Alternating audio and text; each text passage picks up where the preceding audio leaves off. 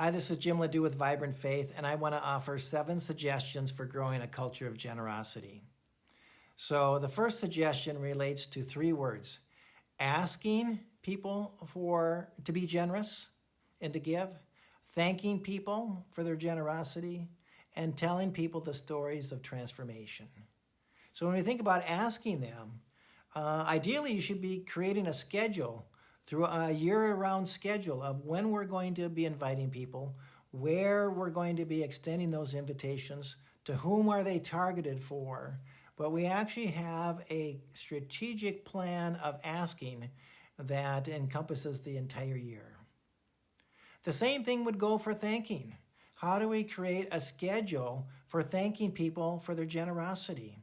What's going to be posted periodically on the website? What's going to go out with the contribution statements?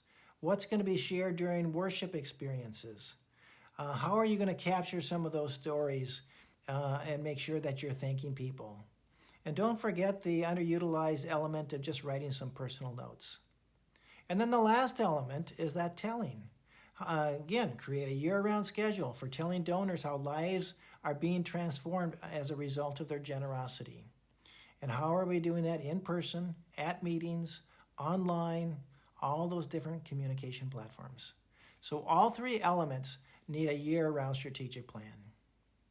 Number 2, have a written plan and a schedule along with the individual who reviews the plan.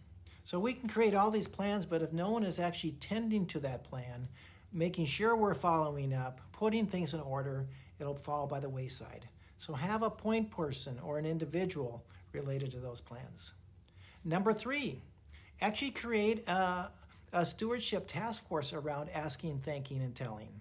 Have 1 or 2 people that's just their job, is to dream about how we're going to invite people. 1 or 2 people that dream about how we're going to thank people. Have 1 or 2 people that are going to think about how we tell the stories of transformation. So divide the responsibility of what needs to be done. And also, I want to encourage you, number 3, is to think about the uniqueness of individuals. Not everyone has the same capacity or desire to give. Some people can give $10 a month, others can give a $10,000 check and think nothing of it. Others want to give by cash or check. Others want to give online. Others would prefer to put something in their will or share stock. So how do we make it easy and clear and simple for others to give? And so that's really the 5th suggestion, is remove all the roadblocks. Make it simple and easy for them.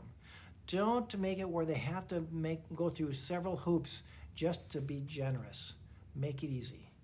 And then number 6, I want to encourage you to find ways to measure the financial generosity of your church. Think about creating a dashboard where you're looking at how many pledgers do we have in our church? How many giving units are there? What's the average pledge amount? What percentage of our members give online? How many new pledges were there this year? Just create some type of dashboard in that context. And finally, I just want to encourage you to normalize conversations about stewardship and financial giving. Broaden people's understanding of stewardship. That giving to God is expressed in a multitude of ways beyond people's financial contributions. So as you think about these 7 tips, take time to celebrate what you're already doing. And also consider what might be your next faithful step to grow a culture and a people filled with joy and gratitude for giving.